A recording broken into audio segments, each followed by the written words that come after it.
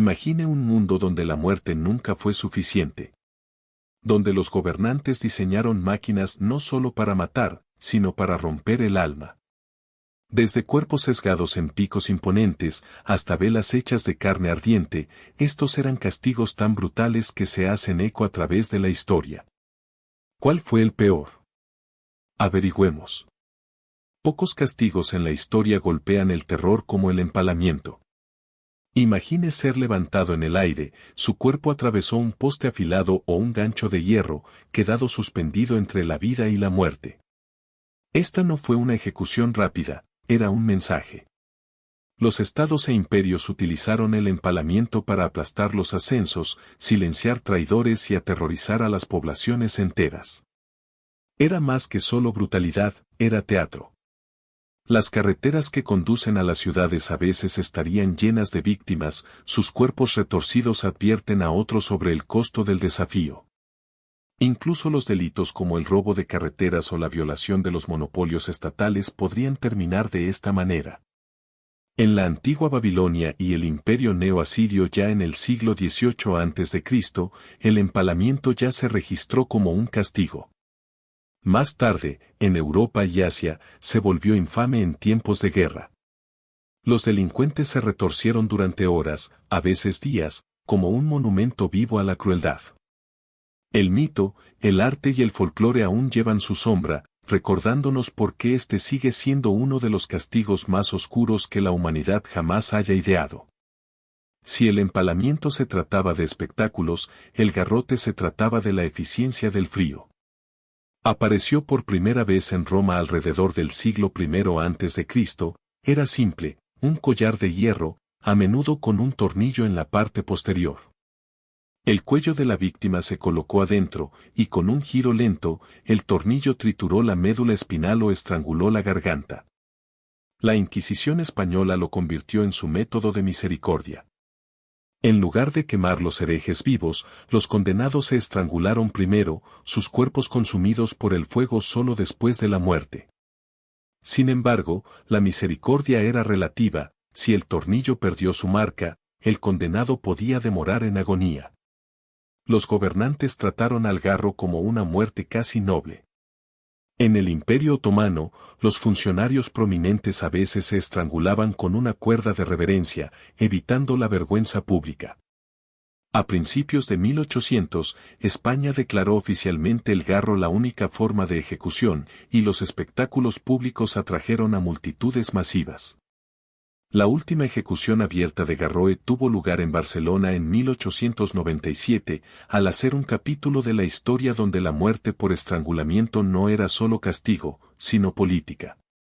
No todos los dispositivos de tortura requerían acero o fuego, a veces, el dolor vino de algo mucho más simple. La flagelación, o la flagelación, significaba golpear el cuerpo humano con látigos, varillas o interruptores.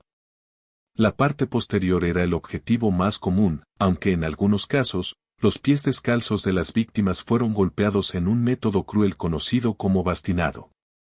No se trataba solo de castigo, fue humillación. La víctima, despojada y atada, se convirtió en un espectáculo público ya que cada pestaña se arrancó la piel y dejó cicatrices que nunca podrían desvanecerse. En la época colonial, la ley británica distinguía la flagelación de la vía o el abedul, aunque la diferencia apenas le importaba a quienes lo resistían. Durante siglos, innumerables prisioneros, esclavos y rebeldes sintieron el aguijón del látigo. Solo en 1948 finalmente prohibió la flagelación y batidos por completo. Sin embargo, en las sombras de la historia, la grieta de las pestañas aún resuena. Si la flagelación rompió el cuerpo, la tortura de la rata rompió la mente. En Inglaterra, las historias se extendieron de la torre de la mazmorra de ratas de Londres, una celda tan baja hasta la marea que las ratas pulularon con el agua del río, roñando a los prisioneros indefensos. Pero la versión más de pesadilla se produjo durante la revuelta holandesa. Imagine estar atado, un tazón de arcilla de ratas vivas presionadas contra su estómago desnudo. A medida que el tazón se calentaba con el carbón ardiente, los animales aterrorizados arañaban desesperadamente escapar, confundidos en la carne de la víctima. Se mordieron, enterraron y se abrieron paso hacia adentro, dejando nada más que gritos y horror. Pocas torturas mezclaban terror psicológico y agonía física de manera tan efectiva como esta. A pesar de su nombre casi juguetón, el Ticler español era todo menos divertido. Esta garra de hierro portátil atravesó carne y músculo con facilidad, brazos, piernas o incluso el cofre. A diferencia del látigo, que picaron la piel, el Ticler fue hecho para mutilar permanentemente. Los huesos se astillaron, los tendones se rompieron y las víctimas a menudo murieron más tarde por infección. A menudo se usaba en ladrones o adúlteros acusados, pero su verdadero poder era el miedo. La vista sola de la garra brillante en la luz de la antorcha era suficiente para hacer que el prisionero más fuerte temblé. Para cuando tocaba carne, la supervivencia a menudo era un retraso cruel de lo inevitable. Entre las herramientas más crueles de la Inquisición se encontraba el bifurcado del hereje, un dispositivo de hierro de doble punta atado entre la barbilla y el pecho. La víctima no pudo hablar, tragar o incluso descansar la cabeza sin conducir los picos más profundos. El sueño se volvió imposible. Las palabras fueron silenciadas. Incluso una sola oración podría perforar la garganta. La mayoría de las víctimas no fueron ejecutadas de inmediato, el tenedor estaba destinado a romper el espíritu. Blasfemas, mentirosos o cualquier persona acusada de burlarse de Dios se vieron obligados a soportar esta mordaza infernal hasta que el agotamiento o la infección los reclamaron. Grabado en el dispositivo estaban las palabras, renuncio. Fue tortura diseñada no solo para el dolor, sino para borrar la identidad misma. La muerte no siempre terminó el castigo. En Inglaterra, Gibettin se aseguró de que los delincuentes permanecieran en exhibición mucho después de que la vida los hubiera dejado. Después de la ejecución, los cuerpos se izaron en jaulas de hierro o se clavaron en marcos de madera y se pudieron pudrirse en público. El hedor de la descomposición, el balanceo de los huesos en el viento, el zumbido de las moscas, todo recordó a las comunidades el precio del desafío. Desde mediados de 1700, los asesinos tenían legalmente ser diseccionado o gibet. Las multitudes en las decenas de miles se reunieron, medio horrorizados, medio entretenidos. Pero para los aldeanos que vivían cerca de las jaulas, la pesadilla nunca terminó. Con cada crujido de cadenas y cada ráfaga de aire sucio, la muerte misma se convirtió en vecino. Avance rápido a los tiempos modernos, donde las naciones civilizadas recurrieron a la electricidad. Utilizado por primera vez en 1890, la silla eléctrica fue aclamada como un reemplazo más humano para colgar. La realidad era muy diferente. William Kemmler, el primer hombre ejecutado de esta manera, estalló en llamas cuando las corrientes surgieron a través de su cuerpo. Los testigos describieron el olor de carne ardiente y la horrible visión de su rostro carbonizado más allá del reconocimiento. Sin embargo, el método se extendió rápidamente. A mediados del siglo XX, más de la mitad de los estados de Estados Unidos lo usaron. La misericordia fue prometida. Pero lo que entregaron fue otro horror enmascarado como progreso. La palabra francesa es más que olvidar, y eso es exactamente lo que era la oubliette. Imagine que un prisionero cayó en un eje vertical tan estrecho que no podían sentarse, no podían acostarse, solo pararse en la oscuridad, rodeado de piedra. La comida rara vez se proporcionaba. Agua goteada de las paredes. Los días se convirtieron en semanas hasta que el cuerpo se derrumbó de la inanición. A veces, los oubliettes estaban escondidos en las paredes del castillo, lo que obligaba a la víctima a escuchar la vida que se llevaba arriba, platos, risas, música, mientras se desperdiciaron en silencio.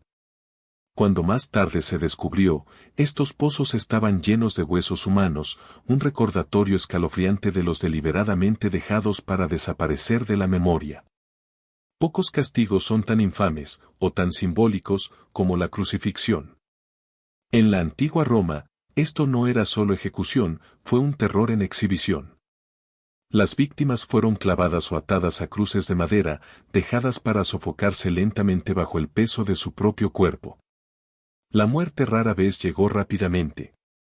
Los días de agonía, deshidratación y exposición rompieron a los condenados mientras las multitudes se burlaron desde abajo. Reservado para rebeldes, traidores y enemigos del Estado, la crucifixión no se trataba solo de castigo, sino que se trataba de control. Los romanos lo usaron para silenciar la disidencia, aterrorizar a los pueblos conquistados y hacer ejemplos de oponentes religiosos y políticos. Mucho después de que el imperio cayó, la cruz permaneció grabada en la memoria humana como el símbolo final del dolor y el poder. En el mar, los marineros temían un castigo sobre todo, que el auling. Afiado con cuerdas, el condenado fue arrastrado debajo de la quilla del barco, ya sea a lo largo o de lado a lado. Percipes, afilados y aferrados al casco, carne rayada como cuchillos. La supervivencia fue posible, pero rara. La masa ahogada, sus cuerpos maltratados contra la madera y los percebes de piedra. Incluso aquellos que vivían llevaban cicatrices, infecciones o huesos destrozados. Fue diseñado no solo para matar, sino para hacer que cada hombre a bordo sea testigo de la crueldad del océano y la autoridad absoluta del capitán. Si la crucifixión era terror y que el auling era la mutilación, el desglose era puro sadismo. La piel se despegó cuidadosamente de una víctima viviente, pulgada a pulgada, a menudo preservada después como advertencia. Los músculos, los nervios y los tendones quedaron expuestos, convirtiendo cada respiración y movimiento en un tormento insoportable. Librar vivo a veces se realizaba en contextos religiosos o ritualistas, otras veces como un castigo grotesco para los traidores. Incluso después de la muerte, la piel podría mostrarse como un trofeo macabro, a prueba de poder y crueldad de un gobernante. En el reinado del emperador Nero, la ejecución se convirtió en espectáculo. Los prisioneros, a menudo cristianos, estaban atados a las estacas, manchados de aceite, resina o cera, y incendiar. Estas velas romanas se usaron para iluminar jardines durante las fiestas imperiales. Las llamas no consumieron rápidamente.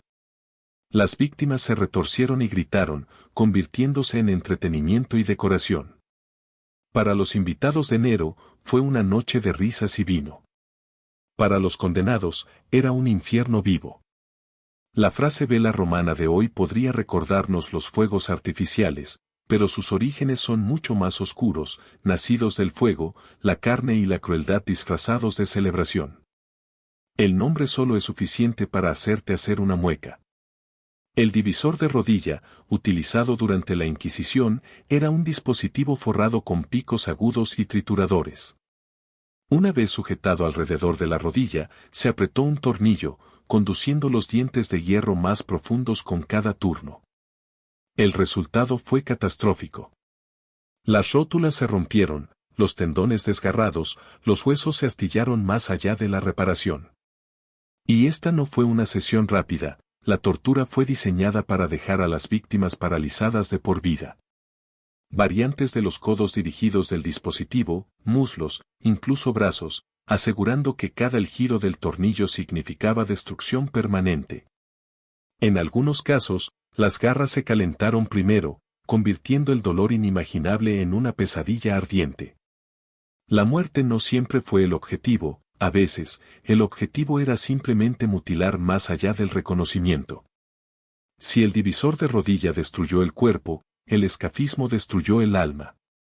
Uno de los castigos más horribles de la antigüedad implicó atrapar a la víctima entre dos troncos o barcos huecos, cabezales, brazos y piernas expuestas, el resto del cuerpo encerrado.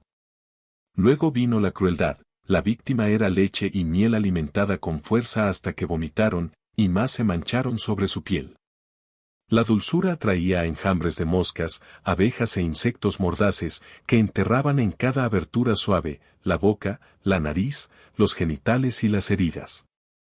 Las ratas y las alimañas se unieron a la fiesta, rojando la carne expuesta. Días después, las llagas llenas de pus resumaban la infección mientras los gusanos crían dentro del cuerpo. La muerte llegó lentamente, a veces tomando más de una semana, ya que los órganos pudieron desde adentro. Era menos una ejecución y más un infierno vivo, una agonía tan grotesca que los historiadores aún clasifican el escafismo entre los peores castigos jamás concebidos. A diferencia de la lenta descomposición del escafismo, el estrapado entregó agonía en minutos. Las manos de la víctima estaban atadas a la espalda, una cuerda atada a sus muñecas y luego izaron al aire. El peso de su propio cuerpo dislocó hombros, rasgó ligamentos y nervios triturados. A veces, las piedras pesadas estaban atadas a los tobillos, intensificando el tirón.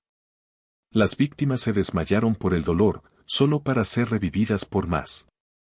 Utilizado por la Inquisición y los gobiernos por igual, el estrapado dejó a los sobrevivientes permanentemente paralizados, los brazos retorcidos, los enchufes se rompieron. Lo que lo hizo tan aterrador no fue solo el dolor, sino el silencio de ello. Sin sangre, sin fuego, solo el sonido repugnante de las articulaciones destrozando. Prueba de que no todas las pesadillas requerían una cuchilla. Reservado para el crimen de traición, este castigo fue el más infame de Gran Bretaña. El condenado fue arrastrado por primera vez por las calles hacia la horca, se humilló incluso antes de que comenzara la ejecución. Luego vino el colgado, pero no hasta la muerte. La víctima fue cortada aún viva, solo para ser desembocada y castrada ante la multitud burlona. Su corazón fue arrancado de su pecho, la cabeza cortada y su cuerpo pirateó en cuartos. Era un espectáculo destinado a aterrorizar a las masas. Las partes del cuerpo fueron enviadas a través del reino, clavadas en puertas y puentes como advertencia para los demás. Durante siglos, este ritual grotesco se consolidó como el pináculo de la crueldad del Estado, un fin tan horrible que todavía resuena en la historia inglesa. Cuando la Revolución Francesa buscó la igualdad, incluso en la muerte, nació la guillotina. Una cuchilla rápida y mecánica diseñada para terminar la vida al instante. Introducido por primera vez en 1792, reemplazó métodos más antiguos y desordenados como acuartelos o colgantes. Para algunos, fue visto como humano, táctil, indoloro, casi clínico. Pero para las multitudes que se reunieron en las plazas de la ciudad, era blood theatre. Las cabezas cayeron en cestas mientras sonó los vítores. La máquina que prometió Merci se convirtió en el escenario de la violencia de revolución. Sorprendentemente, permaneció en uso hasta 1977, lo que lo convirtió en uno de los dispositivos de ejecución más duraderos de la historia moderna. Pocos dispositivos de tortura son tan conocidos como el estante. Un marco de madera simple con rodillos en cada extremo, convirtió las articulaciones humanas en cuerdas desgarradoras. Las muñecas y los tobillos se ataron, luego lentamente se separaron con un trinquete. Las extremidades se estiraron hasta que los hombros se dislocaron, las caderas se dividieron y los músculos se rompieron. Incluso si la muerte no llegó rápidamente, la mutilación permanente estaba garantizada. Sinews rasgaron, los huesos se agrietaron y los cuerpos se dejaron flácidos y rotos. Fue tortura por geometría, cada giro de la rueda otro paso más cerca de la destrucción. En la parte superior de la lista hay un dispositivo que se dirigió al asiento mismo de la identidad humana, la cara. La trituradora de la cabeza sujetó el cráneo entre una placa de metal debajo de la mandíbula y una tapa de apriete arriba. Con cada giro del mango, los dientes se rompieron, las mandíbulas se rompieron y los ojos abultados grotescamente de sus enchufes. A veces, los verdugos extraían la agonía, deteniéndose antes de la muerte, por lo que la cara destrozada de la víctima sirvió como una advertencia viva. Otras veces, el cráneo se derrumbó por completo, sin dejar nada más que pulpa. Era íntimo, brutal y diseñado para borrar no solo la vida, sino también la dignidad misma. Desde el empalamiento hasta la trituradora principal, la historia nos muestra una verdad inquietante: los humanos siempre han encontrado formas de convertir el castigo en espectáculo. Estas no eran solo muertes, eran mensajes, tallados en sangre y hueso, destinados a aterrorizar a las generaciones. Y, sin embargo, por brutales que fueron estos dispositivos, nos dejan con una pregunta: ¿qué dice sobre la humanidad que los inventamos en primer lugar? ¿Eran estos artilugios sobre la justicia, o sobre el miedo, el poder y el control? Si este viaje a través de los rincones más oscuros de la historia te inquietó, o te fascinó, no te apartará ahora. Más historias ocultas están esperando.